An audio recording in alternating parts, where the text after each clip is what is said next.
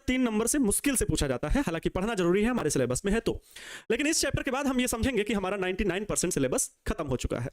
तो प्यारे बच्चों, इस चैप्टर को पढ़ने के बाद आप सभी का एक लक्ष्य होना चाहिए कि हम ज़्यादा से ज़्यादा प्रैक्टिस कर लें। तो प्यारे विद्यार्थियों, जिन बच्चों को डर लग रहा है और या फिर अभी आपका आत्मविश्वास बिल्कुल कमज़ोर है, तो मैं कल लेकर के आ रहा हूँ सुबह 9 बजे। हालांकि सुबह मॉर्निंग का एकदम टाइम रहेगा, तो आप सभी को जल्दी से जल्दी एकदम तैयार होकर के बैठना है। पहला फिजिक्स का पेपर। प्यारे बच्चों, एक एक सब्जेक्ट से निश्चिंत होगे अगर आपने टारगेट बोर्ड पर भरोसा दिखाया है तो। ठीक वैसे ही आपकी रेगुलर पढ़ाई होगी जैसे कि की जाती है, ठीक है। उसी तरह तैयारी करवाई जाएगी, ना सिर्फ बातों में कि अल्टीमेट वीडियोज आपको भेजे जा रहे हो, उस तरह का कोई कंडीशंस यहाँ नहीं है। यहाँ टीचर्स आपके सीधे कनेक्ट होकर के पढ़ाता है। ये आप सभी के प्यार और विश्वास की वजह से ही तो पॉसिबल हो पाता है कि हम लोगों के अंदर एक एनर्जी होती है, एक जबरदस्त पढ़ाने का जुनून होता है कि नहीं, बच्चों को अच्छे तरीके से पढ़ाना है। तो प्यारे बच्चों, कल एक गेस्ट पेपर, मॉडल पेपर हम लोग सुबह 9 बजे सॉल्व करने वाले हैं। उम्मीद है मुझे, और ये उम्मीद बिल्कुल सकारात्मक है, विश्वास होना चाहिए आप पर कि आप लोग बहुत अधिक इसको प्रमोट करोगे, जगह जगह पर आप लोग इसको शेयर करोगे। कल आप लोग देखेंगे, चैनल पे जाएंगे टारगेट बोर्ड पल्स पर, वहां पर शेड्यूल लगा हुआ है, ट्रेलर शूट करके मैंने लगा दिया है। आप ज़्यादा से ज़्यादा प्रमोट करोगे कि सर आ रहे हैं लाइव, और पहला मॉडल पेपर, गेस्ट पेपर सभी बिहार के बच्चों के लिए वो लाभदायक होगा। मैं चाहता हूँ सिर्फ आप ही नहीं उससे लाभान्वित हूँ, बल्कि आपके वो दोस्त, आपके वो मित्र जो आपके टच में है, वो भी उससे लाभ उठा सकें। तो प्यारे बच्चों, आपको ये बात याद रखना है, ठीक है? क्लियर? तो ये आपका सपोर्ट मुझे चाहिए, इतना प्रेम आपका मुझे चाहिए। प्यारे बच्चों, मेरा प्रेम और आशीर्वाद आपके साथ हमेशा रहेगा, जीवन भर रहेगा। और जब तक ये सांसें चल रही हैं, तब तक बिहार के बच्चों के लिए सेवा देने के लिए मैं तत्पर हूँ। ईश्वर हमेशा अपना आशीर्वाद मुझे बनाए रखे मुझ पर, और उस पर अपनी कृपा दृष्टि बस बनाए रखे, तो मैं निरंतर सेवा देने के लिए तत्पर हूँ, इसमें कोई दो राय नहीं है। और आप सभी का प्यार बना रहे, है ना? तो good evening my dear all, सभी को स्वागत करता हूँ इस शानदार सी क्लास में। नमस्तुभ्यम, नमस्कार, आभार, अभिनंदन आप सभी प्यारे बच्चों का। जय श्री राम, राधे राधे। सर सब्जेक्टिव भी होगा कि ऑब्जेक्टिव होगा? प्यारे बच्चों, उस क्लास में पूरा का पूरा जैसे एग्जाम होता है ठीक उसी प्रकार से होगा। जैसे एग्जाम होता है ठीक उसी प्रकार से सॉल्यूशन होगा, ठीक उसी प्रकार के क्वेश्चन होंगे, ठीक उसी प्रकार का मैं पैनल पीडीएफ टाइप करवा रहा हूँ। आपको समस्या बता दूं प्यारे बच्चों, अभी 2 घंटा 2.5 घंटा यहाँ पर, आप जानते हैं इलेक्ट्रिकल घर में प्रॉब्लम हो जाती है, टेक्निकल घर में प्रॉब्लम हो जाती है, तो ये तो ऑनलाइन व्यवस्थाएं हैं। तो यहाँ पर अभी बैटरी थोड़ा सा गड़बड़ थे, उनमें पता नहीं क्या था, इन्वर्टर खराब दिख रहे थे, तो इस वजह से 3 घंटे टाइपिंग की व्यवस्था बिल्कुल बाधित थी, अर्थात नहीं हो पा रहा था। तो मेरी जो टाइपिंग है, वो जो गेस्ट पेपर के लिए मैं टाइप करवा रहा था क्वेश्चन, वो नहीं हो पाए कंप्लीट। और अब जो और अदर स्टाफ है, मैं रात में उनको बैठ करके टाइप करवाऊंगा। तो दिन में क्योंकि 9 बजे से क्लास रहेगी, तो सुबह उठ करके अपना तैयार होकर के जल्द से जल्द क्लास के लिए तैयार होना होगा। तो ये बात होती है कि कभी कभी ऐसा होता है, लेकिन मैं वो जो टाइप करवा रहा हूँ क्वेश्चन, प्रॉपर उस तरह का टाइप करवाने की कोशिश कर रहा हूँ जैसा कि मॉडल पेपर होता है, ठीक है? तो याद रखिएगा, कल की क्लास बहुत शानदार होगी। समझ में आया?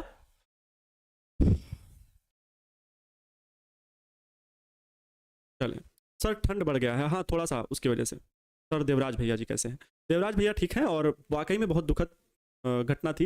मैं भी घटना स्थल पर पहुंचा था, जिसे देख करके लगा कि कभी भी ये इस ब्रह्मांड में कब क्या हो जाए किसी को भरोसा नहीं होता। मतलब सोचिए कि देवराज एक उनका इकलौता लड़का है, और उनकी दादी हैं, उनकी मम्मी हैं, और पिताजी, बस इतने लोगों का परिवार था। अब उसमें से एक लोग, कितना सोचो, घर पे बैठे हुए देवराज हैं, उनकी दादी हैं, उनकी मम्मी हैं, सब लोग इंतजार कर रहे थे कि पिताजी आएंगे घर पे शाम में काम से, क्योंकि काम करने जाते हैं पटना से, मसौढ़ी कोई पड़ता है वहाँ पर, और फिर ट्रेन से वो रात में वापस आते हैं। लेकिन उस मतलब सिचुएशन में कह सकते हैं, दिन में, सुबह में, मॉर्निंग में, और शाम में लौटते समय ट्रेन में बहुत भीड़ होती है, क्योंकि सभी लोग काम करने बाहर जाते हैं और काम करके फिर वापस होते हैं, तो बहुत ज़्यादा भीड़ होती है। तो उसी ट्रेन में शायद चढ़ने या उतरने में, या फिर कोई घटना और हो सकती है जिससे धक्का मुक्की हुआ हो, तो ट्रेन के किनारे शायद खड़े रहे होंगे और कुछ ऐसी ही घटना हुई, क्योंकि वहाँ पर कोई देखने वाला वैसा अपना कोई व्यक्ति नहीं था। जो लोग वहाँ के स्थानीय लोग थे, उन्होंने उन्हें पकड़ करके बाहर रखा उस बॉडी को, लेकिन तब तक उनकी डेथ हो चुकी थी। तो ये बहुत ही दुखद घटना है हमारे परिवार के लिए, ठीक है? कोई भी संस्थान में अगर कार्य कर रहा है, वो हमारा परिवार उसी तरह से है जैसे हम लोग अपने घर पे माँ भाई बहन सब लोग होते हैं, वैसे आप लोग भी हैं। तो ये घटना काफ़ी दुखद थी, जिसकी वजह से प्रिंस सर भी काफ़ी उदास थे। रात में हम लोग शायद 12:30 बजे घटनास्थल पर पहुंचे, और फिर 2-3 बजे तक रहे।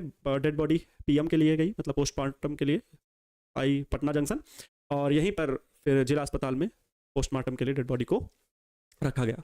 तो कुछ घटनाएं होती हैं जो एकदम दिल को क्या करते हैं, नर्वस कर देती हैं। लेकिन इन सब भी चीज़ों में अब एक परिवार तो नुकसान में है ही, हमें आगे अपने प्रोसेस पर ध्यान देना है, ठीक है? तो इस बात को याद रखना है। खैर, देवराज भैया को वो शक्ति दे कि हम लोगों के साथ वो जुड़े हैं, और आज और कल शायद वो व्यस्त भी रहेंगे, लेकिन फिर भी देखिए उस लड़के ने, क्योंकि एकदम कांप रही थी आवाज़ जब उसने ये सूचना दी थी, और देवराज जब कॉल करने के बाद एकदम कांप रहे थे। और आज सुबह मॉर्निंग में जो क्लासेस चली उसमें देवराज ने मैसेज भी डाले, क्योंकि वो स्टाफ में काम यही करते हैं। तो बड़ा सराहनीय कार्य है, इतना हिम्मत वाला आदमी होना मुश्किल है। और जो रो रहा हो, एकदम परेशान हो, दो ही लोग कमाने वाले, एक देवराज और एक मतलब दादी भी उनकी शायद नर्स हैं तो थोड़ा बहुत अर्न करते हैं, और देवराज भी क्या कमाते हैं, अपने पढ़ाई भर का मिल जाता है, वही बहुत है। तो ये चीज़ें हैं। खैर हमारे परिवार के वो सदस्य थे, तो हम लोग उस एक पिता तुल्य हमारे रहे, है ना। तो हम उनकी आत्मा की शांति के लिए ईश्वर से प्रार्थना कर सकते हैं कि उस आत्मा को अपने चरणों में स्थान दे, है ना। चलें अब प्यारे बच्चों क्लास की शुरुआत करेंगे। और लेकिन हाँ, कहते हैं दुख जो होना चाहिए ना वो छिपा हुआ होना चाहिए फ्रंट में, क्योंकि आपके सामने हजारों लोग हैं, आपके सामने और भी दुनिया है, तो इसलिए उसको बस पीछे ही रखना है और फिर कंटिन्यू अपने पढ़ाई पे फोकस करना है। क्लियर। तो प्यारे बच्चों क्लास की शुरुआत करेंगे। आप सभी को पता है कि हम लोग आज पढ़ने वाले हैं जेनर डायोड, जो कि लेक्चर नंबर है 6। लेक्चर नंबर क्या है प्यारे बच्चों? 6 है। कर्तव्य पथ से पीछे नहीं हटना है। ये कहते हैं यदा यदा ही धर्मस्य ग्लानिर्भवति भारत अभ्युत्थानम् अधर्मस्य तदात्मानं सृजाम्यहम्। और क्या कहते हैं वो क्या बोलते हैं, वो वाला मुझे श्लोक नहीं याद आ रहा है। हाँ, तो ये तो हुआ कि जब जब अधर्म का खिलाफ असत्य अधर्म जो हावी होगा, तो धर्म की विजय के लिए क्या होगा, ईश्वर यहाँ पर अवतार लेगा। और यहाँ पर कहा जाता है कि जो आत्मा है वो अजर और अमर है, इसे कोई ना ही शस्त्र काट सकता है ना कोई जला सकता है। आत्मा अजर और अमर है, बस यही सिद्धांत को फॉलो करना चाहिए, है ना। हमारे लिए यही होना चाहिए कि हमारी आत्मा अजर और अमर है, वो कहीं उस परमात्मा के अंश में जा करके मिल जाती है। हाँ, आप थोड़ा सा इन चीज़ों से हट करके बात जरूर सोच सकते हैं। प्यारे बच्चों सभी धर्म और जितने भी कह सकते हैं धर्म है पूरे संसार में, सबका एक ही मोटो है कि इस संसार में कोई एक शक्ति ऐसी है जो इस पूरी दुनिया को चला रही है। तो वो सकारात्मक शक्ति किसी भी रूप में हो सकती है, वो राम में हो सकती है, वो रहीम में हो सकती है, वो अल्लाह में हो सकती है, वो गुरु नानक में हो सकती है, वो गौतम बुद्ध में हो सकती है, वो कृष्ण में हो सकती है। सभी लोग वो समय समय पर अवतार आए, उन्होंने सही संदेश ही दिया कि हमें जीवन कैसे जीना चाहिए, हमें अपने मानव धर्म को प्राथमिकता देनी चाहिए। तो ऐसा ही है, ये चीज़ें दुनिया में संसार में चलती रहेंगी, क्या है, हम इसको रोक नहीं सकते हैं, इसको रोकने वाला कोई और है। ठीक है, तो चलो प्यारे बच्चों आगे कंटिन्यू करेंगे, बातें बहुत हो गई। चलें, तो जेनर डायोड के बारे में प्यारे साथियों हम लोगों को सीखना है। आज हम 3 टॉपिक डिस्कस करेंगे। आप लोगों ने पिछले वीडियो लेक्चर में दिष्टकारी पढ़ा था, यस और नो? देखो हम लोग अगर इस टॉपिक का आज कौन सा लेक्चर है, आज लेक्चर नंबर है 6। अगर पांचों लेक्चर की हम लोग बात करें तो हम लोग अर्धचालक पढ़े। सबसे जरूरी चीज हम लोग पढ़ के आ रहे हैं, गुरुजी हम लोग पढ़ रहे हैं अर्धचालक, जिन्हें हम लोग प्यार से सेमी कंडक्टर बोलते हैं, यस और नो? सेमी कंडक्टर बोलते हैं, सही है, क्लियर। तो सेमी कंडक्टर अर्धचालक, और इसके अंतर्गत हम लोग ढेर सारी बातें सीख रहे हैं कि सेमी कंडक्टर कैसी डिवाइस है। आप यकीन मानो सेमी कंडक्टर से डिवाइसेस छोटी हुई हैं, है ना, डिवाइसेस छोटी हुई हैं। और इसी में हम लोग अर्धचालक जो मेन टॉपिक पर डिस्कस करेंगे। ऊर्जा बैंड भी पढ़े, अर्धचालक 2 प्रकार के होते हैं, शुद्ध तथा अशुद्ध, तो वो सब पढ़े। लेकिन हम लोग जो मेन पढ़े अशुद्ध अगर अर्धचालक या बाह्य अर्धचालक कह लो उन्हें, बाह्य अर्धचालक। तो कहानी यहां से शुरू होती है इस चैप्टर की। बाह्य अर्धचालकों से कहानी शुरू होती है, जहां पर हम 2 टाइप के अर्धचालक पढ़ते हैं, एक पी टाइप अर्धचालक और एक एन टाइप अर्धचालक, यस और नो? एक एन टाइप अर्धचालक। पी टाइप में +5 संयोजकता वाली अशुद्धि मिलाई जाती है, अपद्रव्य मिलाया जाता है, इंप्योरिटी जिसे बोलते हैं, अपद्रव्य। ठीक है, अपद्रव्य, अपद्रव्य मतलब होता है प्यारे बच्चों इंप्योरिटी, अशुद्धि, अशुद्धि। ठीक है, अपद्रव्य या अशुद्धि, जिसे हम इंग्लिश में यूज करेंगे ओहो अशुद्धि। ठीक है, अशुद्धि, इंप्योरिटी, इंप्योरिटी मिलाते हैं। ठीक है, इंप्योरिटी मिलाते हैं। तो प्यारे बच्चों +5 संयोजकता वाली और इसमें 3 संयोजकता वाली हम लोग इंप्योरिटी मिलाते हैं, तो पी टाइप अर्धचालक बनता है, ये एन टाइप अर्धचालक बनता है। ठीक है, ये एन टाइप अर्धचालक बनता है। हाँ वेरी गुड, +3 किसमें होता है? पी टाइप में। तो यहां से फिर हम लोगों ने क्या बनाया गुरुजी, इसी जगह तो हम लोगों ने चमत्कार किया था, इन दोनों को जोड़ करके एक हम लोगों ने पीएन जंक्शन डायोड बना दिया था, यस और नो? पीएन जंक्शन डायोड बना दिया था।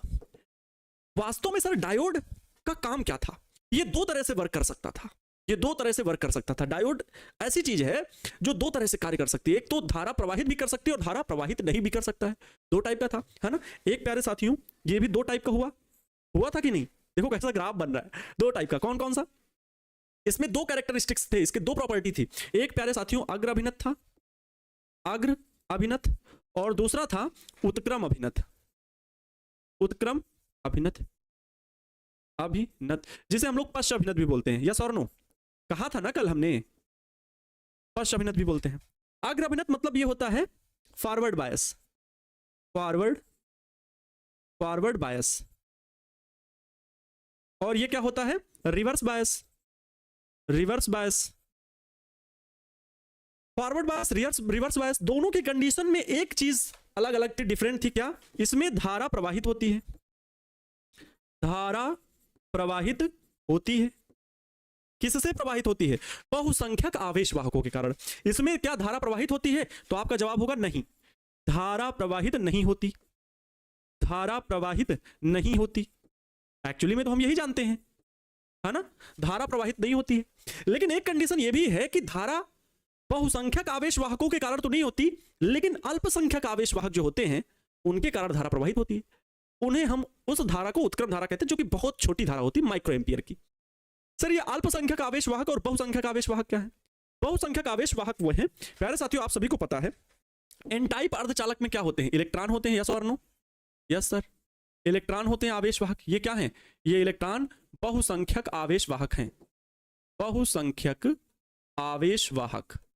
बहुसंख्यक आवेश वाहक कहां पर? तो एन टाइप में। अगर मैं पी टाइप की बात करूं तो प्यारे बच्चों यहां पर क्या होते हैं? कोटर होते हैं, जिन्हें हम विविर भी बोलते हैं या इंग्लिश में होल बोलते हैं।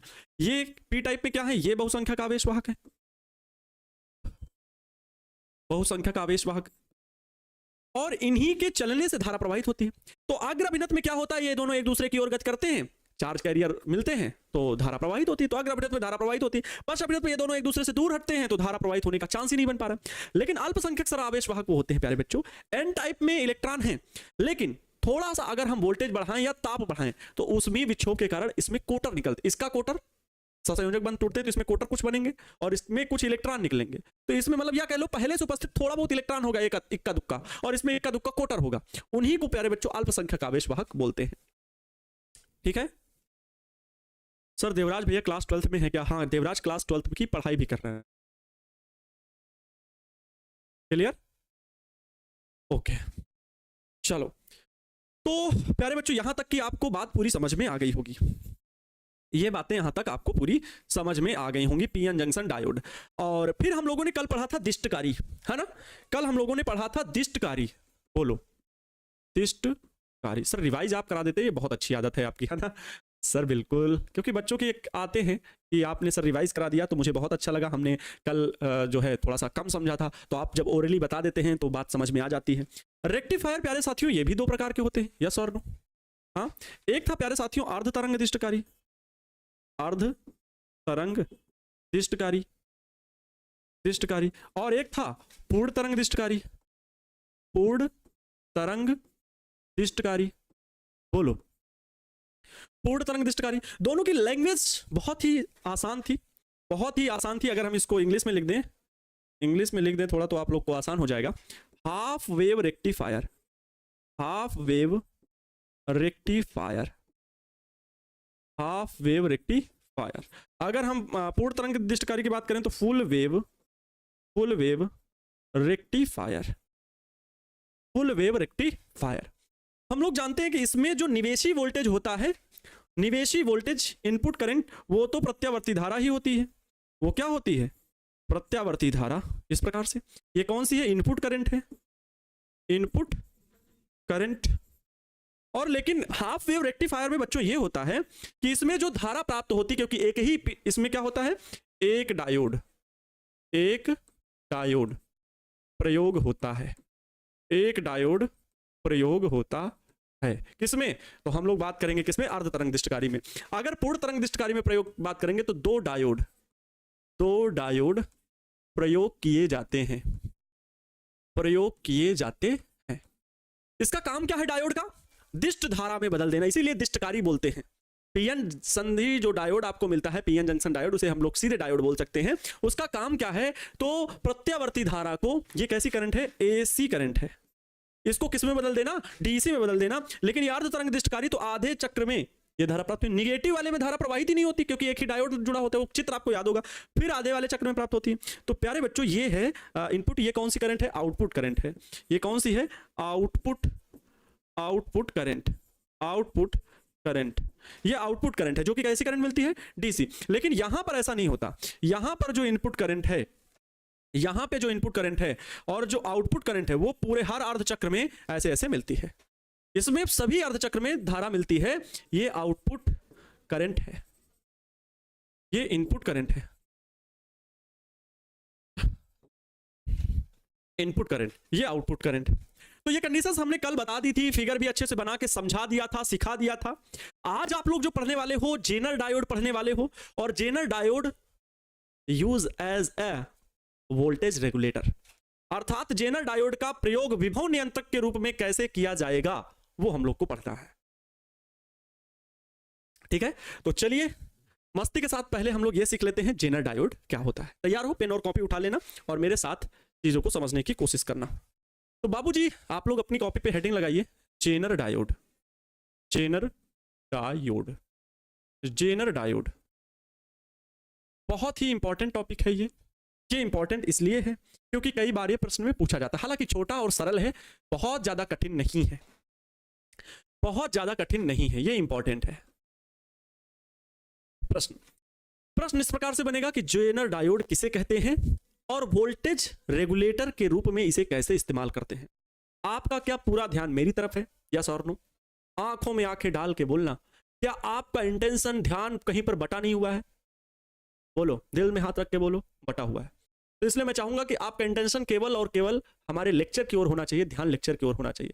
कोई भी नेगेटिव थॉट्स अगर आप सोच रहे हैं मन में तो उसको भूल जाइए बिल्कुल। इस समय आपका फोकस सीधे केवल और केवल मेरे लेक्चर पे होना चाहिए, तभी आपको अच्छे से समझ में आएगा। सर बुक में नहीं है, हो सकता है न्यू एनसीईआरटी में नहीं हो, न्यू एनसीईआरटी में नहीं। अच्छा, न्यू एनसीईआरटी में तो वोल्टेज रेगुलेटर ये सब हटा दिया गया है।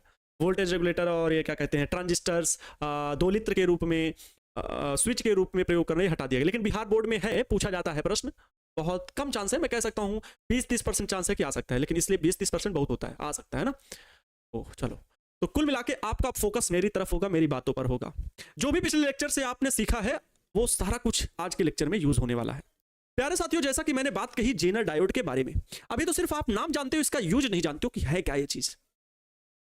सबसे पहली बात तो ये जान लो कि इसे वैज्ञानिक जेनर ने बनाया था, इसलिए इसका नाम जेनर डायोड पड़ा है। ये एक प्रकार का पीएन संधि डायोड ही, ये पीएन जंक्शन डायोड ही है, कुछ अलग से नहीं है।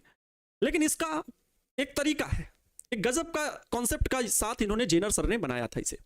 उन्होंने कहा कि भैया उत्क्रम अभिनत कोई डायोड है, उत्क्रम अभिनत पीएन संधि डायोड में धारा प्रवाहित नहीं होती, परंतु यदि हम उसमें अधिक मात्रा में अशुद्धि मिला दें, इंप्योरिटी, कौन से पी टाइप और एन टाइप अर्धचालक जो थे उनको मिला करके जो हमने डायोड बनाया था, तो डायोड बनाने के पहले ही अगर हम पी टाइप और एन टाइप अर्धचालक में अशुद्धि की मात्रा बढ़ा दें और तब मिला दें उनको, तब इस प्रकार के डायोड को हम पीएन संधि डायोड कहेंगे, सॉरी जेनर डायोड कहेंगे। क्यों? क्योंकि इस अवस्था में यह होगा प्यारे साथियों कि जो अवक्षय परत की मोटाई है वो बहुत कम हो जाती है, तो जो उत्क्रम वोल्टता है ना, उत्क्रम वोल्टता मतलब समझते हो, उत्क्रम अभिनत में जो धारा नहीं प्रवाहित होती ना, वो धारा प्रवाहित होने लगेगी, वो उत्क्रम धारा प्रवाहित होने लगेगी। यही जेनर डायोड का कॉन्सेप्ट है, यही जेनर डायोड का कॉन्सेप्ट है। एकदम सिंपल सा, एकदम सिंपल सा कॉन्सेप्ट है। बात समझ में आई? वो अवक्षय परत की मोटाई पतली हो जाती है, ठीक है, अवक्षय परत की मोटाई पतली हो जाती है, इससे उत्क्रम वोल्टता लगाने पर भी धारा प्रवाहित होने लगती है। अभी बात कम समझ में आई सर? लिखिए तब हम समझेंगे, है ना, लिखिए तभी हम समझेंगे कि जेनर डायोड क्या है। अच्छा, लिखेंगे तो है ही, साथ में पहले मैं चित्र भी बना के समझाता हूं। सबसे पहले तो ये जान लो कि जेनर डायोड को कैसे रिप्रेजेंट किया जाता है, जेनर डायोड को कैसे रिप्रेजेंट किया जाता है। तो प्यारे साथियों, अगर जेनर डायोड आपको कहीं पर मिलेगा, कुछ इस प्रकार से उसे रिप्रेजेंट किया जाएगा, और जेड बना होगा। जो यहाँ पर एक छोटी सी लाइन आपको बनी दिखती थी पहले, जो ये आपको यहाँ पर छोटी सी लाइन बनी दिखती थी, वो अब लाइन नहीं बल्कि जेड बना होगा। क्या बना होगा? इस प्रकार से बना होगा, ये जेड, ठीक है। यही प्यारे साथियों जेनर डायोड है। जेनर डायोड क्या है? Zener diode. तो इसके लिए मैं शायद थोड़ी बहुत लैंग्वेज लिख रखा हूं, उसको मैं आपको दिखा दूं तो कोई दिक्कत नहीं होनी चाहिए। आइए, वैज्ञानिक जेनर ने ऐसे विशेष डायोड का आविष्कार किया जो उत्क्रम भंजक वोल्टेज पर बिना नष्ट हुए निरंतर कार्य कर सके।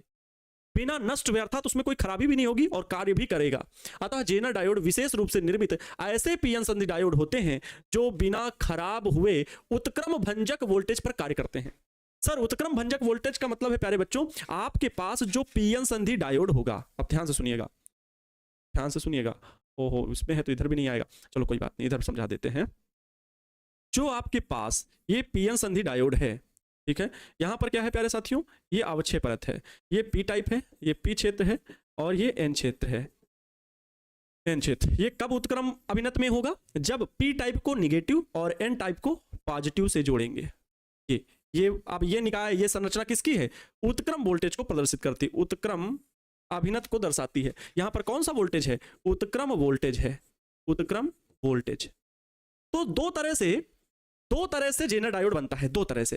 पहला जेनर डायोड बनाने का तरीका यह होता है कि मतलब पीएन संधि डायोड में दोनों अर्धचालकों में यदि अशुद्धि की मात्रा अधिक कर दी जाए और तब जोड़ करके डायोड बनाया जाए तो अवक्षय परत की चौड़ाई बहुत पतली हो जाती है, जिससे कोटर तथा इलेक्ट्रॉनों का प्रवाह सुगमता से हो जाता है और परिपथ में धारा प्रवाहित होने लगती है। और वो कौन सी धारा, उत्क्रम धारा, उत्क्रम धारा प्रवाहित होने लगती है।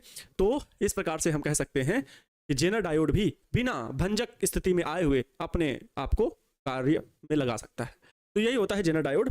अभी समझ में आ रहा होगा कि पी क्षेत्र एन क्षेत्र में हम क्या कर रहे हैं, अशुद्धि की मात्रा बढ़ा रहे हैं। तो इसी बात को लिखना होता है जेनर डायोड। फिर उसके बाद जेनर डायोड दूसरी तरह से क्या बनाया जा सकता है, एक तो हुआ कि अशुद्धि मिला दिए तो आवेश वाहक जो हुए वो बहुत ज्यादा हो गए, इसमें बहुत ज्यादा कोटर, इसमें बहुत ज्यादा इलेक्ट्रॉन, तो अवक्षय परत की जो मोटाई थी ना वो मोटाई पतली हो गई। अवक्षय परत की मोटाई क्या हो जाएगी, मोटाई पतली हो जाएगी, मोटाई कम हो जाएगी, मोटाई कम हो जाएगी। और जब मोटाई कम हो जाएगी तो इसके आर पार जो अल्पसंख्यक आवेश वाहक हैं वो सुगमता से आने जाने लगेंगे, धारा का प्रवाह बढ़ जाएगा, धारा का प्रवाह बढ़ जाएगा अर्थात उत्क्रम धारा बढ़ जाएगी। सिंपल सी बात है। तो उत्क्रम वोल्टेज हो गया, एक तो हो गया मैंने क्या किया, अशुद्धि मिलाई।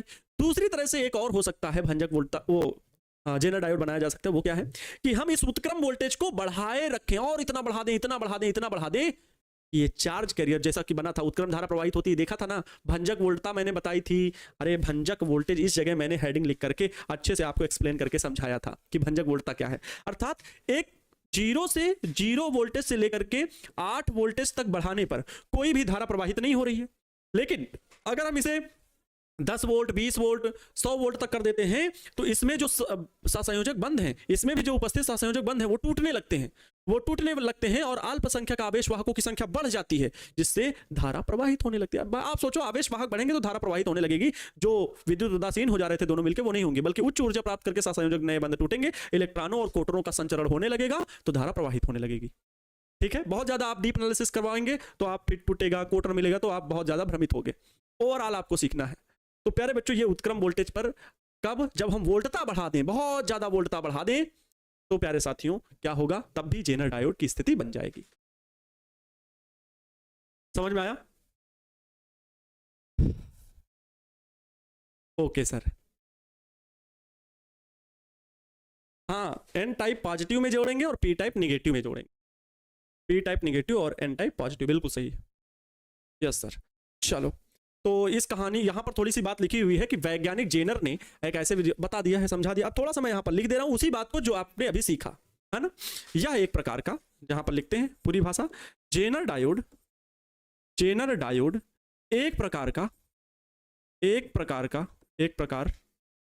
एक प्रकार जेनर डायोड एक प्रकार का उत्क्रम अभिनत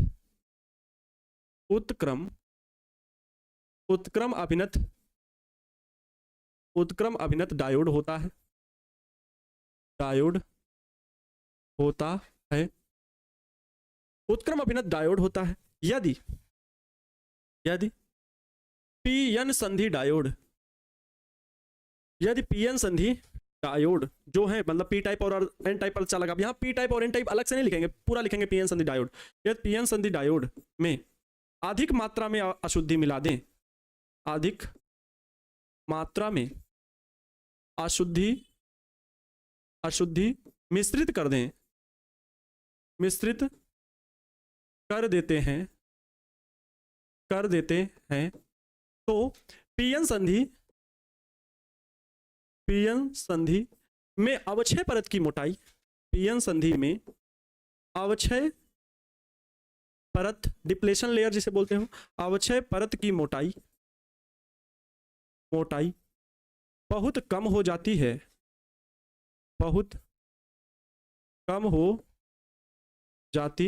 है, जिससे अल्पसंख्यक आवेशवाहकों का प्रवाह, अल्पसंख्यक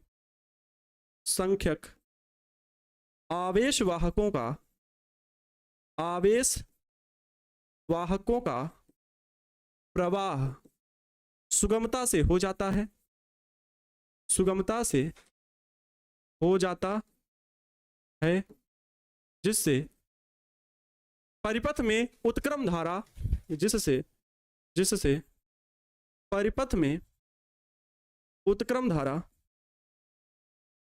धारा का मान बढ़ जाता है, बढ़ जाता है। इस निकाय को, इस प्रकार के निकाय को या इस प्रकार की युक्ति को, इस प्रकार की युक्ति को जेनर डायोड कहते हैं। इस प्रकार की युक्ति को जेनर डायोड कहते हैं।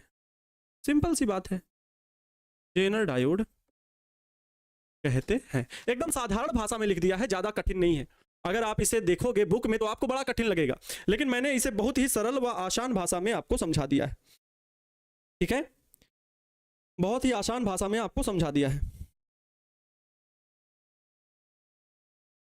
समझ में आया? क्लियर? इतनी बात आपको लिखनी है।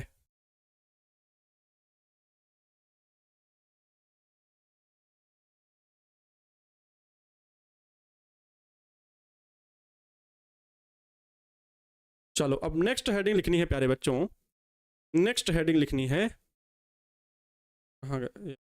नेक्स्ट हेडिंग लिखनी है जेनर डायोड वोल्टता नियंत्रक के रूप में या वोल्टेज रेगुलेटर के रूप में, दोनों तरह से लिखा जाता है। Zener diode, Zener diode voltage regulator के रूप में, सीधे यही लिख दे रहा हूं, वोल्टेज रेगुलेटर। अच्छा रुको रुको रुको, जेनर डायोड वोल्टता नियंत्रक के रूप में, फिर इसे इंग्लिश में लिख लेंगे ना, वोल्टता नियंत्रक, वोल्टता नियंत्रक के रूप में, जेनर डायोड वोल्टता नियंत्रक के रूप में। इंग्लिश में लिखिए इसे, Zener diode, Zener diode as a voltage regulator, as a voltage regulator. ठीक है बाबू, एज ए, ओहो, वोल्टेज रेगुलेटर। अब ये क्या है वोल्टेज रेगुलेटर? प्यारे साथियों सोचो, डायोड का यूज किस किस प्रकार से हम लोग कर रहे हैं। डायोड का सर दोनों लिखना है, हाँ भाई ये दोनों लिखना है। इसमें ऊपर वाला तो वैज्ञानिक के बारे में लिखा कि वैज्ञानिक ने क्या चीज इस्तेमाल करके बनाया, उत्क्रम भंजक वोल्टेज पर बिना नष्ट हुए वो कार्य कर सकता है। क्योंकि उत्क्रम वोल्टेज पर क्या होता है, अगर बहुत ज्यादा वोल्टेज बढ़ाते हैं तो दिक्कत आती है, लेकिन उसी समस्या को दूर करने के लिए हम ये चीज काम ज्यादा बेहतर कर सकते हैं। अशुद्धि मिला दें तो अल्पसंख्यक आवेश वाहकों की संख्या बढ़ जाएगी, जिससे अवक्षय परत की मोटाई कम हो जाएगी। तो उत्क्रम अभिनत में भी जो अभी हमने ये समझाया कि भैया जो आपके पास ये उत्क्रम अभिनत होता है, जो धारा प्रवाहित नहीं होती है क्योंकि अल्पसंख्यक आवेश वाहक बचते हैं, उत्क्रम धारा थोड़ी थोड़ी बहती है, तो उस धारा का मान बढ़ाने के लिए अगर हम पीएन टाइप के जो अर्धचालक लेते हैं उनमें अशुद्धि बहुत मात्रा में मिला दें तो वो उत्क्रम धारा भी बहुत अधिक मात्रा में बहने लगेगी। तो उस स्थिति को हम डायोड ना बोल के, क्योंकि ये खोज जेनर सर ने की थी, तो जेनर डायोड बोलते हैं। इतना सिंपल है।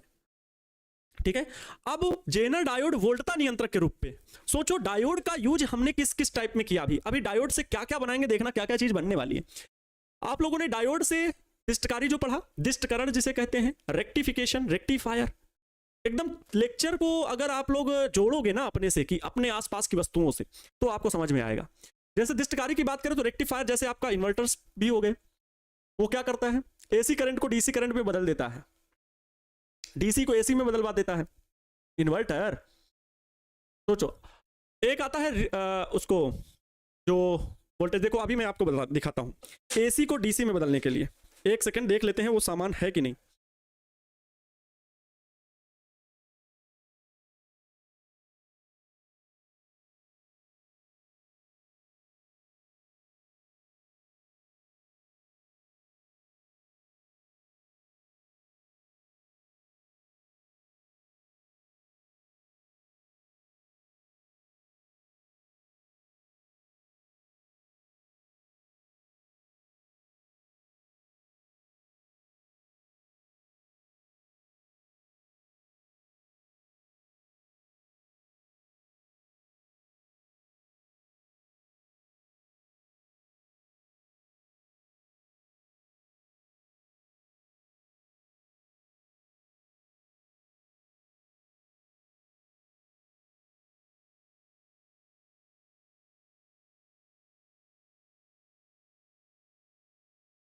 प्यारे बच्चों, ये मेरे पास एक डिवाइस है।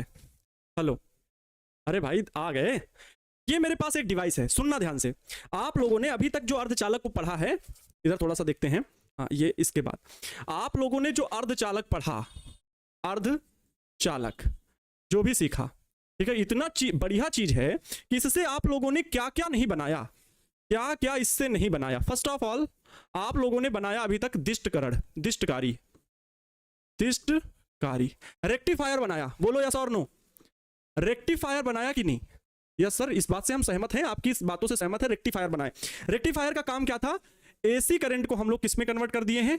डीसी करंट में, डायरेक्ट करंट में, डायरेक्ट करंट में बदल दिए। एसी करंट ले इनपुट है, एसी क्या रहती थी? इनपुट। लेकिन दो डायोड लगाए, एक डायोड लगाए तो अर्ध तरंग दिष्टकारी, आधे चक्र में दिष्ट धारा प्राप्त हुई। जब दो डायोड लगा दिए तो दोनों चक्र में दिष्ट धारा प्राप्त हुई। ये आउटपुट मिला हम लोगों को। कल के लेक्चर में यही था, कल के लेक्चर में यही था, है ना। अभी हम लोग सौर सेल भी पढ़ाएंगे आपको। अब जेनर डायोड हम लोग दूसरा आज जो अभी पढ़ने वाले हैं प्यारे साथियों, वो वोल्टेज रेगुलेटर के रूप में है। तो डायोड ही है, तो डायोड, डायोड किससे बना हुआ है? अर्धचालक, अर्धचालकों से। अब हम लोग पढ़ रहे हैं वोल्टेज रेगुलेटर। अरे सर ये क्या चीज है, हमें तो यही समझ में नहीं आया। रेगुलेटर देखो कितनी खूबसूरत चीज है। मैं कहता हूं बहुत सारा ये समझ में नहीं आता है, टीचर्स भी नहीं समझ पाते हैं कि वोल्टेज रेगुलेटर काम कैसे करता है क्या चीज। प्यारे साथियों, मतलब विभव नियंत्रक भी बोल सकते हैं, विभव नियंत्रक। ये वोल्टेज रेगुलेटर काम क्या करता है? वोल्टेज रेगुलेटर प्यारे साथियों होता है, इसे इंग्लिश में रिहोस्टेट भी बोलते हैं। और यह विभव को क्या करता है? जो अनियंत्रित विभव होता है, अनियंत्रित विभव, अनियंत्रित विभव, उसको क्या कर देता है? नियंत्रित कर देता है, नियंत्रित विभव। सोचो, इस काम में भी हम अर्धचालक का यूज ही कर रहे हैं, डायोड को। सर कैसे, वो अभी समझाते हैं। पहले जो हम डिवाइस लेकर के आए हैं वो बताते हैं। वोल्टेज रेगुलेटर के लिए नहीं, अभी दिष्टकारी के लिए बता रहे हैं। ये बॉक्स जो आपको दिख रहा है, ये दिष्टकारी है एक तरह का, या ये इसे इंग्लिश में बोलते हैं बैटरी एलिमिनेटर। बैटरी एलिमिनेटर का काम क्या होता है कि एसी को डीसी में बदल देता है। इसके पीछे आपको ये वायर दिख रहे हैं, मैं इसको दिखाता हूं आपको। ये प्रैक्टिकल में यूज होने वाला भाई है। कभी ऑफलाइन में प्रैक्टिकल करवाना रहता था, और ऑनलाइन में प्रैक्टिकल करवाएंगे कैसे आप लोग को, कहाँ पर करेंगे? जब तक हाथ से नहीं करेंगे। वीडियो देख लेना, तो वीडियो तो यूट्यूब पर ऐसे भी अवेलेबल ही होते हैं। ये प्यारे बच्चों, हम लोग ये जो प्लग दिख रहा है इसी से है, और ये प्लग हम लोग लगाते हैं बोर्ड में। और इसका ये जो दिख रहा है, ये दोनों, ये है डीसी आउटपुट, ठीक है, डायरेक्ट करंट इनमें आएगा। सोचो, इसको एसी में लगाए, मतलब इनको अगर आप टच करोगे ना, इन दोनों पिन को टच करोगे। सर अपने गाल पे काहे लगा रहे हैं, बड़ा नुकीला है वो, है। लेकिन अगर इनको हम टच करेंगे ना, तो हमें करंट नहीं लगेगा। इस बस क्या करना है, इस प्लग को लगाना है, फिर इसको हमें टच करना है, इसको हमें टच करना है, कोई दिक्कत नहीं। तो इसे बोलते हैं बैटरी एलिमिनेटर। क्या बोलते हैं बाबू? बैटरी एलिमिनेटर बोलते हैं, ठीक है, बैटरी एलिमिनेटर। अब बात आती है इसके वोल्टेज रेगुलेटर अनियंत्रित विभव को कैसे नियंत्रित करता है। और ये है जेनर डायोड आपका, है ना, यही है आपका जेनर डायोड। जेनर डायोड ये काम करता है। सोचो, दूसरा उपयोग हम लोग अर्धचालक का पढ़ रहे हैं, तो वही आपको समझा रहा हूं कि जेनर डायोड वोल्टता नियंत्रक के रूप में कैसे काम करेगा, इस बात को समझते हैं, ठीक है, इस बात को समझते हैं। लिखना है, बहुत साधारण सी भाषा में लिखना होगा कि क्या करता है जेनर डायोड, क्या काम करता है। उसको बहुत ही सरल भाषा में मैंने लिखा भी हुआ है, लेकिन पहले मैं आपको चित्र बना के समझा देता हूं, चित्र बना के समझा देता हूं कैसे ये काम करता है। प्यारे बच्चों, यहां पर कोई भी एसी सोर्स है, एसी सोर्स है, ठीक है, ध्यान से सुनना और समझना। यहां पर प्यारे बच्चों एक प्रतिरोध लगा दिया है, इस प्रतिरोध का बहुत बड़ा रोल है, अभी समझ में आ जाएगा। और यहां पर लगा हुआ है ये Zener diode. Sir Zener diode है ये, हाँ, यहां पर लगा हुआ है ये जेनर डायोड। आपकी कॉपी पर हो सकता है थोड़ा सा डिफरेंट फिगर बना हो, लेकिन कोई दिक्कत नहीं है, वैसा ही कुछ फिगर बनेगा, बहुत ज्यादा डिफरेंट भी नहीं होगा। ये प्यारे बच्चों लोड रेजिस्टेंस लगा होता है, जहां पर निर्गत, ये आउटपुट वोल्टेज होगा। आउटपुट कैसा वोल्टेज मिलेगा? DC, output DC. और ये लोड रेजिस्टेंस होगा। ये कौन सा है? इनपुट, इनपुट वो भी कैसी करंट? AC current. और ये प्यारे साथियों हैं जेनर डायोड, ठीक है, जेनर डायोड। ओके सर, ये रेजिस्टेंस लगा हुआ है। प्यारे साथियों, ये प्लस, ये माइनस। क्यों सर प्लस, ये माइनस? क्योंकि ये एन टाइप है, ये एन टाइप, ये पी टाइप। पी टाइप को निगेटिव, एन टाइप को पॉजिटिव, तभी तो ये उत्क्रम अभिनत होगा। अरे जेनर डायोड किस में काम करता है? उत्क्रम अभिनत में काम करता है, उत्क्रम अभिनत में। इसको जोड़े, ठीक है। इस स्थिति में हो क्या रहा है, ध्यान से सुनना। होता क्या है प्यारे बच्चों, जब इसमें ये करंट फ्लो होगी, करंट फ्लो होगी, जेनर डायोड लगा हुआ है। जेनर डायोड का काम क्या करता है, वोल्टेज रेगुलेटर के रूप में कैसे कार्य करता है, इसका एक सिंपल सा एग्जांपल मैं आपको दिखा देता हूं। इसके लिए आपको चैप्टर 3 में चलना पड़ेगा। V is equal to E minus I R, example समझो इसका, एग्जाम्पल, ठीक है। V is equal to E minus I R, ठीक है। V is equal to E minus I R, okay sir.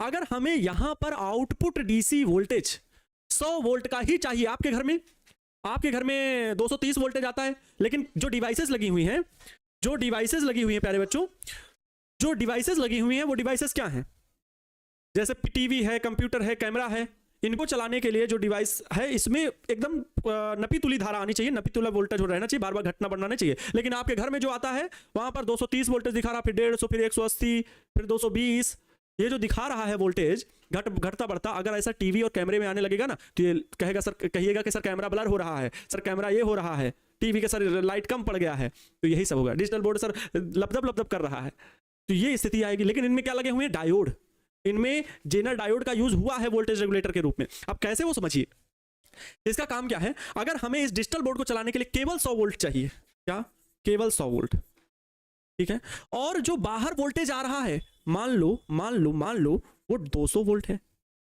मान लो वो 200 वोल्ट है, तो प्यारे बच्चों ये रेजिस्टेंस तो हम इसको फिक्स करेंगे, ये क्या रहेगा, कांस्टेंट रहेगा, जो भी वैल्यू होगी हम इसको क्या कर देंगे, कांस्टेंट करेंगे। लेकिन जेनर डायोड की क्षमता देखो, जेनर डायोड का अपना काम करने का तरीका देखो, ये तो ठीक है, लेकिन जो वोल्टेज हमने यहां पर लगाया उससे जो यहां पर करंट फ्लो हुई, उससे जो यहां पर करंट फ्लो हुई, यहां पर करंट फ्लो की भैया, है ना, यहां पर प्यारे बच्चों जो करंट फ्लो हुई 200, आई आर की वैल्यू कितनी, हमें ये 100 ही चाहिए, तो आई की वैल्यू भी कितनी रहनी चाहिए, 10 एम्पियर, और आर की भी वैल्यू कितनी, 10 धाम 100, तब तो प्यारे बच्चों 100 ये क्या आएगा, सोचो किसके बराबर होगा, 100 वोल्ट के बराबर होगा, यस और नो। ये आपके घर का वोल्टेज है, मैं कह रहा हूं यही घर का वोल्टेज 250 हो जाए तब क्या करोगे, यही घर का वोल्टेज 250 हो जाए तब क्या करोगे, प्रतिरोध की वैल्यू नहीं चेंज होगी बाबू, ये प्रतिरोध की वैल्यू चेंज नहीं होगी, ये 10 ओम ही रहेगा।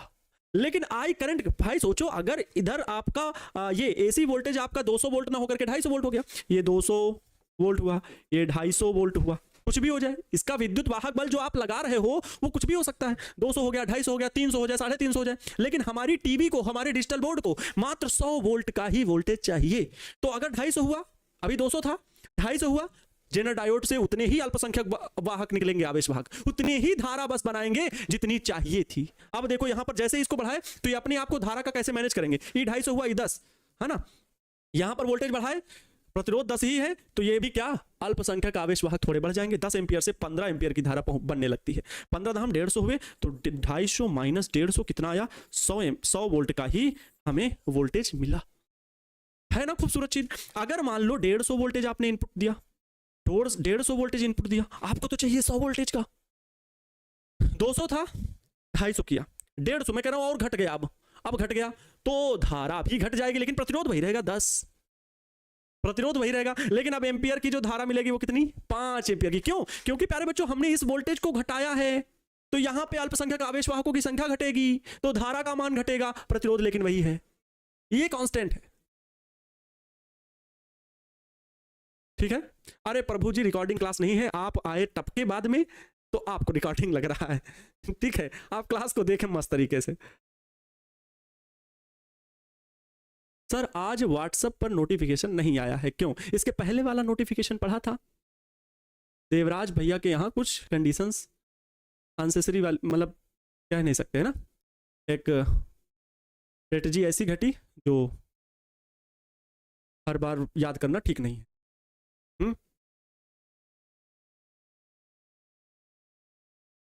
समझ में आया, तो 100 वोल्टेज प्यारे बच्चों, ये एग्जांपल है, यहां भी क्या आ गया 100, तो इस प्रकार से ये वोल्टेज रेगुलेटर काम करता है। अगर इस एग्जांपल को, इस प्रिंसिपल को समझ गए, इससे सॉलिड एग्जांपल आपको नहीं पढ़ने की जरूरत है, आप फिर लिख भी लोगे कि विभव नियंत्रक का कार्य क्या होता है। ये फिगर बनाना है, चित्र समझ चुके, ये जनरेटर का प्रतीक चिन्ह है जो अभी यहां पर आप लोगों ने बनाया, ये प्यारे बच्चों क्या है, जेनर डायोड का डायोड का प्रतीक चिन्ह है, प्रतीक, जेनर डायोड का ये प्रतीक चिन्ह है। समझ में आई बात? समझ में आया? तो ये था, कहां गए हम, ये जेनर डायोड वोल्टता नियंत्रक के रूप में कैसे काम कर रहा है। देखो बड़ा मस्त तरीके से काम कर रहा है। हम भले ऐसी वोल्टेज बढ़ा रहे हैं तो वैसे यहां पर धारा का मान बढ़ रहा है, घटाना होगा तो ये घटेगा तो धारा का मान भी घटेगा, लेकिन जो इनपुट आउटपुट वोल्टेज है वो हमें 100 ही चाहिए। ठीक है, वो हमें क्या चाहिए, 100। ये क्या है, output, output voltage, output voltage. ये क्या है, इनपुट वोल्टेज, वोल्टेज। अब अगर ये चीजें समझ गए, V equal to I minus I R. अब अगर बताओ इससे बेहतरीन आपके बुक में लिखा हो तो मुझे बता देना कि सर आपने ये बात नहीं बताई। इससे बेहतरीन आपके बुक में लिखा हो तो मुझे बता दो, इससे बेहतरीन नहीं लिखा मिलेगा, है ना। तो आइए इसका मेन मोटो लिख लेते, पढ़ लेते हैं। एक निश्चित उत्क्रम वोल्टता Vz के पश्चात इलेक्ट्रॉनों के उत्सर्जन, कहाँ गया भैया, ई वाला कौन सा था, हाँ ई वाला है, ठीक है। वोल्टता नियंत्रक के रूप में जेनर डायोड किसी दिष्टकारी की निवेशी वोल्टता, दिष्टकारी की निवेशी वोल्टता मतलब एसी करंट, इनपुट वोल्टेज में परिवर्तन होता है तो दिष्टकृत वोल्टता में भी परिवर्तन होता है। दिष्टकारी का मतलब समझो। अच्छा इस लाइन का मतलब कोई बच्चा समझ पाया हो तो बताओ, इस लाइन का मतलब अगर समझ पाए हो तो बताओ, इसीलिए बुक पढ़ना कठिन होता है, लेकिन समझाते हैं हम आपको। देखो ये तो हेडिंग है, वोल्टता नियंत्रक के रूप में जेनर डायोड, ये क्या है आपकी हेडिंग है, ये आपकी है हेडिंग, जो कि पहले भी लिख चुके हो। ठीक है, आप सुनो ध्यान से, यहां क्या लिखा हुआ है, किसी दिष्टकारी की निवेशी वोल्टता में परिवर्तन होता है तो उसकी दिष्टकृत वोल्टता में भी परिवर्तन होता है।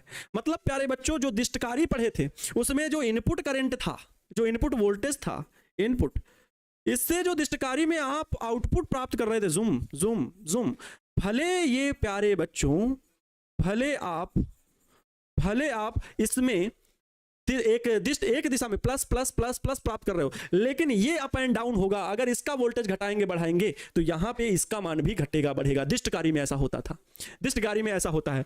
लेकिन किसी दिष्टकारी के निर्गत से प्राप्त अनियंत्रित डीसी वोल्टता, अनियंत्रित डीसी वोल्टता से स्थायी डीसी वोल्टता प्राप्त करने के लिए, स्थायी डीसी वोल्टता, ये चीज, यही चीजें शब्दों को समझना। स्थायी डीसी वोल्टेज 100 अनियंत्रित नहीं बल्कि नियंत्रित स्थायी डीसी वोल्टता प्राप्त करने के लिए हम जेनर डायोड का प्रयोग करते हैं।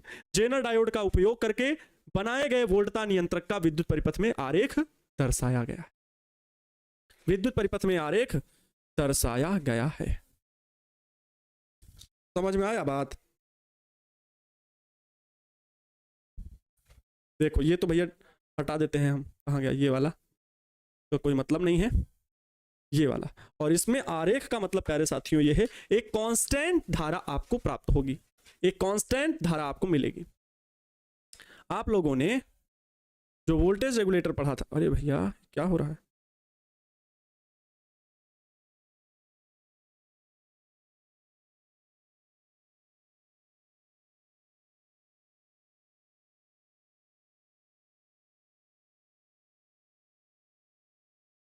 अब यहां पर एक सीमित वोल्टता के बाद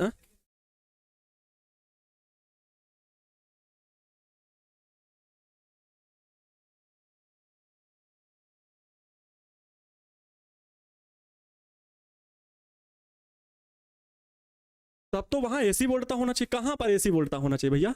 ये देखो लिखा किसी दिष्टकारी की निवेशी, ये एसी वोल्टता ही है। और सुनो यहां कहां कह रहे हो, किसी दिष्टकारी के निर्गत, दिष्टकारी से निर्गत, मतलब समझ रहे हो, दिष्टकारी से जो निर्गत धारा प्राप्त हो रही है, अगर कहीं पर दिष्टकारी लग गया है तो उससे निर्गत धारा कौन सी होगी? अनियंत्रित डीसी ही तो होगी, वो नियंत्रित नहीं है, कांस्टेंट नहीं है धारा। भैया ऑलरेडी ये निवेशी वोल्टेजता नहीं बोला जा रहा है, यहां दिष्टकारी से निर्गत धारा बोली जा रही है। दिष्टकारी से अगर बाहर निकलेगी धारा तो डीसी करंट ही तो निकलेगी। ये क्या था, दिष्टकारी ही तो था। इससे जो बाहर वोल्टता निकलेगी वो क्या है, क्या निकलेगी उससे? वो डीसी करंट ही निकलेगी। उसी डीसी करंट को, मतलब पहले तो आ गई धारा, डीसी करंट तो आ गई, लेकिन अब उसे अनियंत्रित है वो डीसी करंट, उससे स्थायी वोल्टता प्राप्त करने के लिए हम जेनर डायोड का प्रयोग करते हैं। ठीक है, हम जेनर डायोड का प्रयोग करते हैं। आप उसके लिए ये बात लिख सकते हैं, बस इतना चित्र बना लीजिएगा। एग्जाम्पल देना हो तो दे लीजिएगा, नहीं तो ये एग्जाम्पल लिखने की जरूरत नहीं, ये चित्र बस बना लीजिएगा। ठीक है, बस ये आप चित्र बना लीजिएगा और इन बातों को आप लिख लीजिएगा, यही काफ़ी है। समझ गए, यही काफ़ी है। ठीक है, इसका ग्राफ हम बना रहे थे, वो ग्राफ बना देते हैं। ग्राफ आपके यहाँ दोनों तरफ का बना होगा, मैं इस तरफ का ही केवल बना दूं क्या? चलो भैया, वही ग्राफ बनाना है, आपको पता है। ये प्यारे बच्चों, जैसे उत्क्रम अभिनत में क्या होता है, पहले तो धारा कांस्टेंट रहती, फिर एकाएक बढ़ जाती है, एकाएक बढ़ जाती है। और फॉरवर्ड बायस में तो यहाँ से बढ़ जाती, बहुत कम में। फॉरवर्ड बायस में तो यहाँ तक जाती, फिर ऐसे बढ़ जाती है। तो इधर क्या होता है, फॉरवर्ड बायस में। और ये क्या होता है, रिवर्स बायस में। ये वोल्टता कौन सी, वीजेड, जेनर डायोड के लिए वोल्टता यहाँ पर कांस्टेंट रहनी चाहिए, कांस्टेंट वोल्टता को दर्शाता है। एकदम सिंपल है, मूल बिंदु ओ है, बस। अच्छा, ये हुआ खत्म। अब बात आती है प्यारे बच्चों आप लोगों की सौर सेल की। सौर सेल की बात आती है, इसमें भी छोटा सा पैनल पीडीएफ है, लेकिन इसको मैं पहले चित्र से समझा देता हूं, चित्र से समझाऊंगा। सौर सेल हेडिंग, सौर सेल आपको हेडिंग लिखना है। सौर सेल क्या होता है, पहले चित्र बनाता हूं। ये भी क्या है, डायोड होता है, पी टाइप और एन टाइप, कोई भी आप ऊपर कर सकते हो। इसमें एक डायोड पतला रखना है और एक डायोड मोटा। यहां पर मान लो ये पी टाइप है, और ये आपको पता है एन टाइप में क्या होते हैं, इलेक्ट्रॉन होते हैं, पी टाइप में कोटर होते हैं। तो एन टाइप को हम ऊपर रखते हैं, एन टाइप, ये कौन सा है, एन टाइप अर्धचालक है। अब यहां पर क्या होगा, आप सभी को पता है, यहां पर क्या होगा, पीएन संधि होगी। ये क्या होगी, ये होगी पीएन संधि। ठीक है, समझो किसको बता रहे हैं, सोलर पैनल को। इसमें प्यारे साथियों इस प्रकार से जोड़ करके बनाना होता है। कैसे कैसे कैसे कैसे बनाते सर,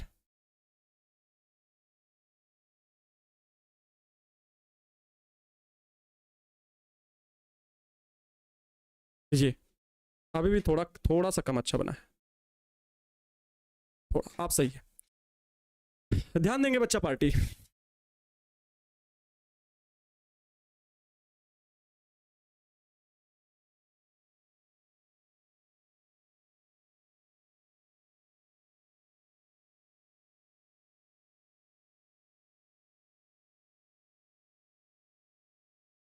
ओके, अब ध्यान दोगे ये कैसे बनाया जाता है, थोड़ा सा ध्यान देने वाली बात है।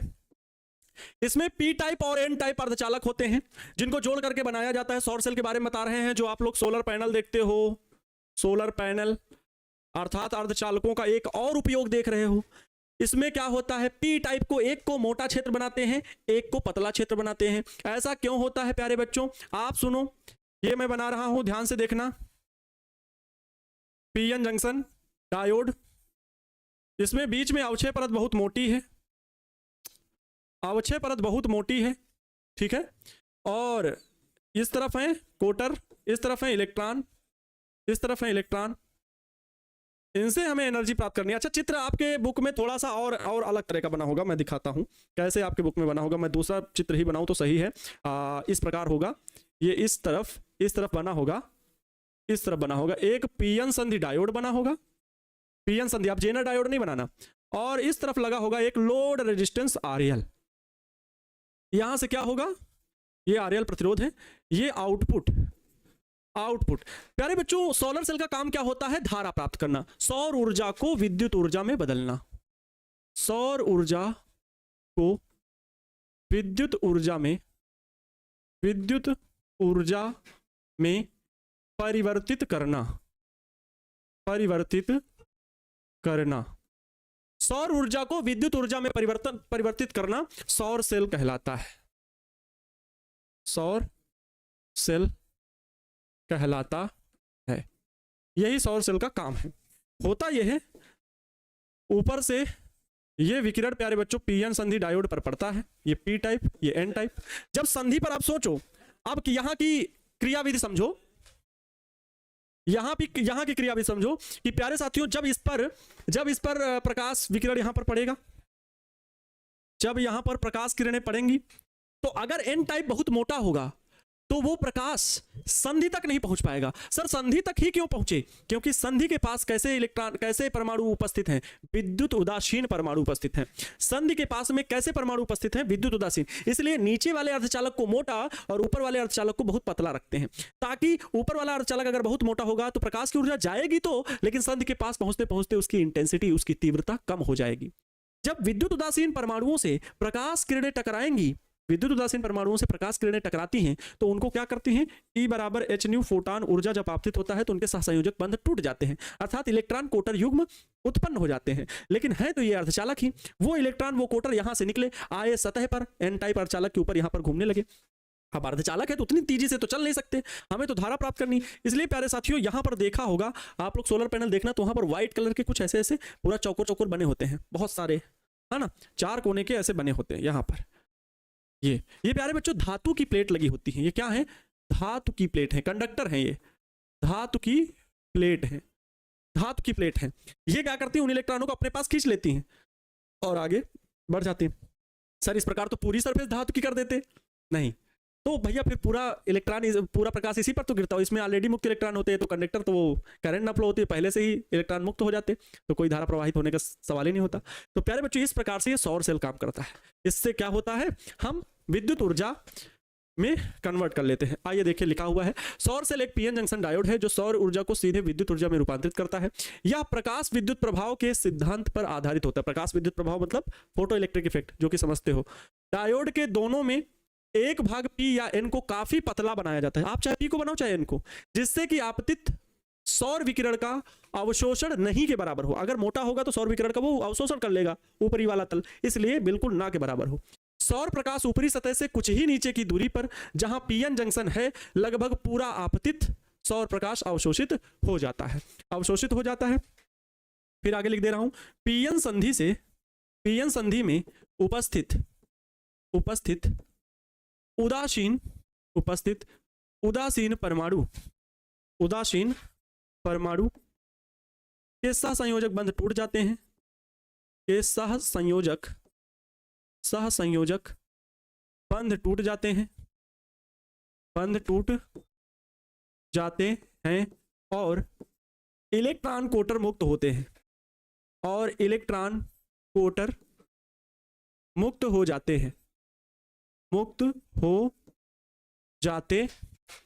हैं, जो सतह पर लगी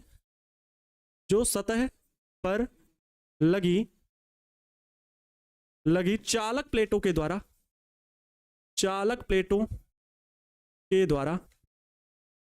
अवशोषित कर लिए जाते हैं,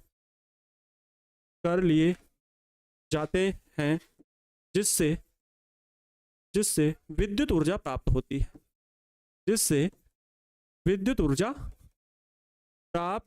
होती है, है। प्यारे साथियों, ये हो गया सौर सेल। क्या हो गया? सौर सेल। ठीक है, खत्म। तो सौर सेल आप लोगों ने पढ़ लिया आज, और जेनर डायोड पढ़ लिया।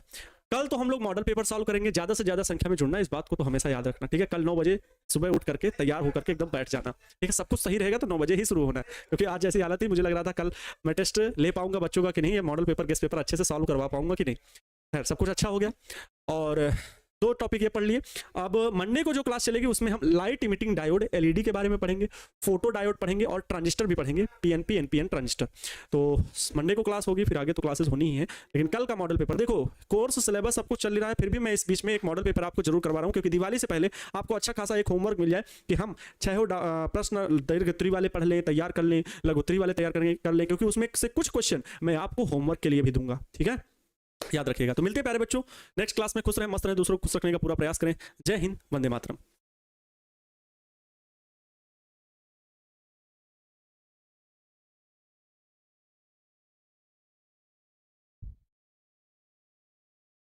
हाँ, तो जय हिंद साथियों, क्या हालचाल, कैसे हो आप सब? बहुत अच्छे होंगे और अच्छे तरीके से आप अपनी पढ़ाई को कंटिन्यू कर रहे होंगे। प्यारे बच्चों, जैसा कि आप सभी को पता है, हम सभी लोग डिस्कस कर रहे हैं चैप्टर नंबर 14, मतलब 14 नंबर चैप्टर प्यारे बच्चों हम लोग सीख रहे हैं। इसके बाद एक चैप्टर और छोटा सा है, 15वां चैप्टर, संचार व्यवस्था। 2 नंबर या 3 नंबर से मुश्किल से पूछा जाता है, हालांकि पढ़ना जरूरी है, हमारे सिलेबस में है तो। लेकिन इस चैप्टर के बाद हम ये समझेंगे कि हमारा 99% सिलेबस खत्म हो चुका है। तो प्यारे बच्चों, इस चैप्टर को पढ़ने के बाद आप सभी का एक लक्ष्य होना चाहिए कि हम ज़्यादा से ज़्यादा प्रैक्टिस कर लें।